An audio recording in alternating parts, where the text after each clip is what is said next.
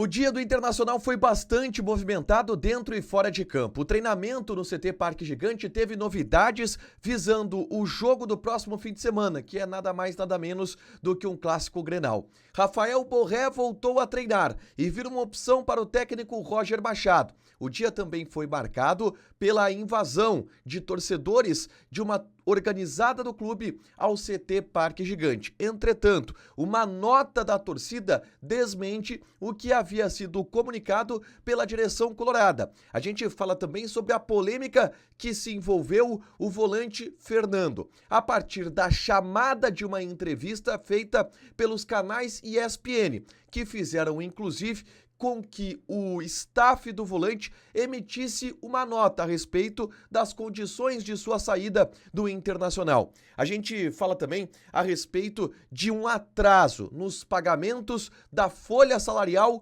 de jogadores. O que há de verdade nessa história? Esse é o Diário do Inter KTO desta terça-feira, 16 de setembro de 2025.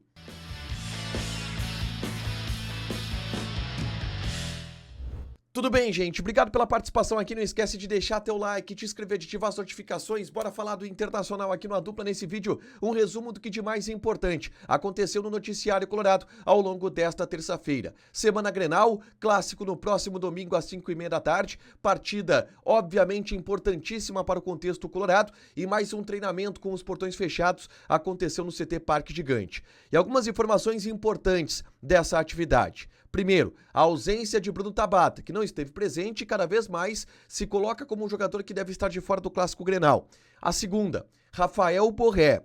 Ele não esteve no início do treinamento, que foi uma parte mais voltada para cargas físicas, mas na parte técnica e tática, Rafael Borré esteve à disposição do técnico Roger Machado. A gente vê imagens dele, inclusive, disputando a bola, brigando na frente. O Borré é um jogador que passou por um trabalho especial nos últimos dias, um controle de carga de acordo com o Internacional e depois acabou tendo um desconforto muscular. De qualquer forma, isso até gerou uma estranheza em determinado momento. Agora, aparentemente, o Rafael Borré tem condições de voltar à equipe e fica à disposição do técnico Roger Machado para a partida deste domingo. O Inter tem definições, mas tem dúvidas também. Uma das possibilidades é que Roger Machado coloque em campo um time com 3 zagueiros, saindo o Vitinho do time titular e entrando Gabriel Mercado, para assim liberar Bernabé de um lado, Aguirre de outro e ter uma dupla de ataque com Carboneiro e Ricardo Matias. Uma outra situação que gera dúvida é a presença de Ricardo Matias ou de Rafael Borré. Ricardo Matias não vem fazendo gols há alguns jogos, foi substituído no intervalo da partida em São Paulo pelo Raikkonen, o Borré não estava à disposição. O Roger pode estar pensando no retorno do atacante colombiano ao time titular, questões que serão trabalhadas ao longo desta semana no CT Parque Gigante. Mas, obviamente, o treinamento dessa terça-feira foi marcado por uma movimentação de torcedores do Internacional. Membros da organizada Camisa 12 estiveram no CT Parque Gigante, acessaram ou tentaram acessar áreas do CT. Foram contidos por seguranças e depois tiveram uma conversa com dirigentes do clube, José Olavo Bisol e D'Alessandro. O Inter emitiu uma nota a respeito disso, informando que repudia invasões, que um grupo de torcedores tentou adentrar uma área proibida do CT Parque Gigante e que a Brigada Militar foi acionada e contornou a situação. Entretanto, a Camisa 12 emitiu uma nota desmentindo a publicação feita pelo Internacional. A Camisa 12 diz que não houve invasão, houve a exigência de líderes para conversar com um grupo de jogadores, comissão técnica e direção, mas não houve invasão nas palavras da Camisa 12. De acordo com o Inter, houve. E de acordo com o relato que a gente tem, foi algo parecido com uma invasão. Não foi uma invasão violenta, de fato não foi, não houve confusão, mas torcedores desta organizada entraram à paisana e tentaram acessar uma área do departamento de futebol. Foram contidos por seguranças, depois vieram dirigentes do Inter para conversar com eles e aí dar explicações, ter algum tipo de diálogo. Foi o que aconteceu, mas existiu também esta guerra de notas, guerra de versões entre a direção do Internacional e também a torcida organizada, tá? Ainda no assunto Grenal, o Grêmio lançou nota também nesta terça-feira.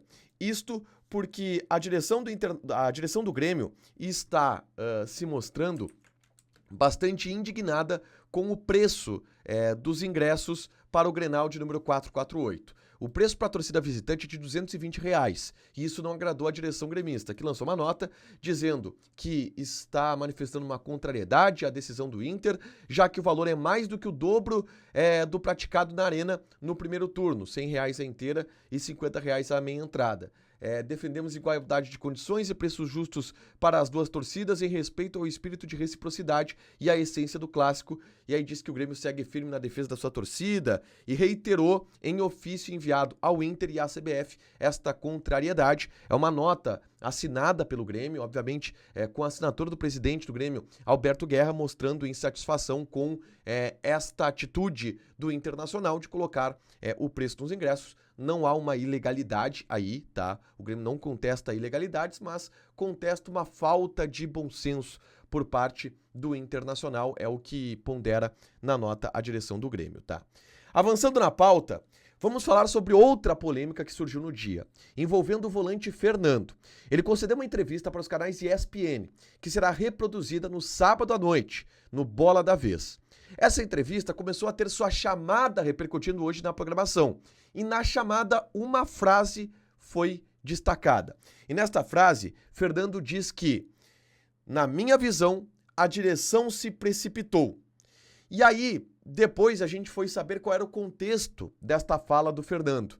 E ele fala exatamente em relação ao tempo de recuperação dele e ao processo de rescisão contratual com o Internacional. O Fernando disse para a ESPN, e essa entrevista será reproduzida no sábado, que, na minha visão, a direção se precipitou. Eles diziam que a lesão era de 4 a 6 meses. Acredito que em um mês estarei 100% apto a jogar. Se voltar em 15 de outubro, conseguiria ainda jogar de 10 a 12 jogos. Acho que seria bom ao clube. Eles poderiam esperar um pouco mais, mas acabou que não deu certo, fizemos o acordo e fiquei com a minha família. Esta foi a fala de Fernando, que será veiculada no próximo sábado e que diz respeito ao Internacional. Isso repercutiu bastante, porque gerou uma certa insatisfação no sentido, o Inter não quis esperar o Fernando ia voltar agora, ia ser importante. Vamos a alguns fatos, tá? O Inter calculou para a recuperação do Fernando algo em torno de 4 a 6 meses. O Fernando se machuca no dia 1º de junho, tá? Então, se ele voltar no dia 15 de outubro, que é a perspectiva otimista dele, ele estaria voltando dentro de 4 meses e meio, que é a perspectiva do Internacional. Se ele não conseguir no dia 15 de outubro e for para o final de outubro, atrasar em 2 semanas este retorno, seriam 5 meses, que é o prazo em média dado pelo Internacional. Então, o diagnóstico do prazo de recuperação, o Inter não errou, tá? Porque está de acordo com até o que o próprio Fernando está falando.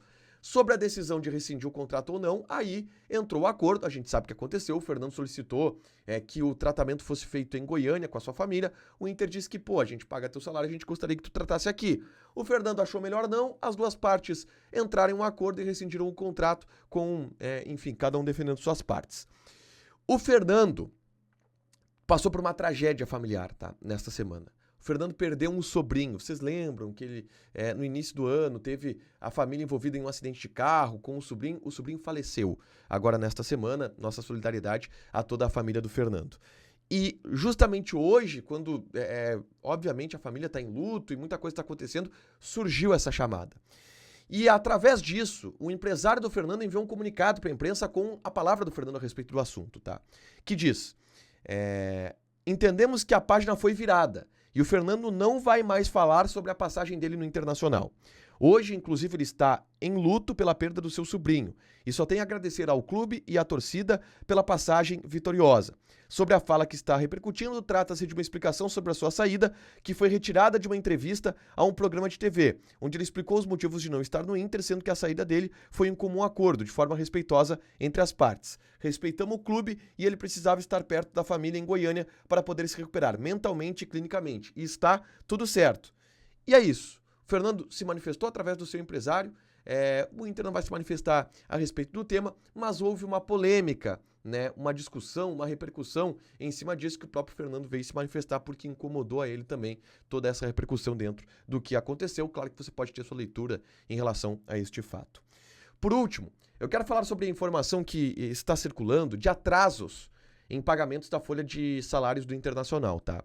O que a gente apurou, e o Lucas Dias trouxe isso hoje pela manhã também no AM Colorado, que houve um atraso de pagamentos em relação a premiações do Campeonato Gaúcho e algum mês de direito de imagem.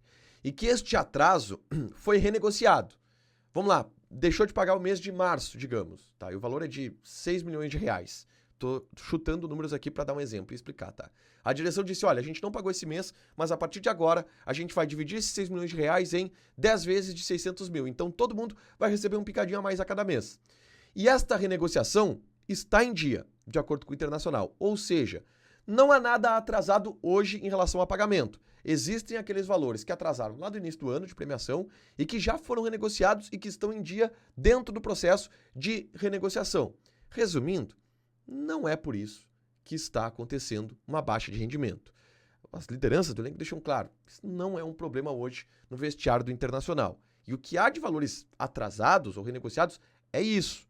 Não é esse o principal problema do Inter. O Inter também entende que não é isso, os jogadores também entendem que não é isso, mas é uma pauta importante porque todo mundo sempre pergunta, pô, tem salário atrasado, alguma coisa eles não estão recebendo, estão fazendo corpo mole. Não é por aí, pelo menos dentro do que a gente apurou, tá?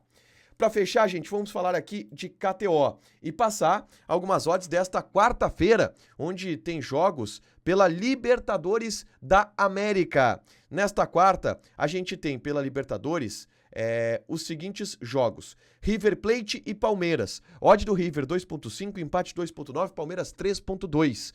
Joga na KTO com responsabilidade, um site para você se divertir, proibido para menores de 18 anos porque apostas podem fazer com que você perca dinheiro. Deixa teu like, te inscreve, ativa as notificações que vai ter mais conteúdo aqui no canal. Beijo!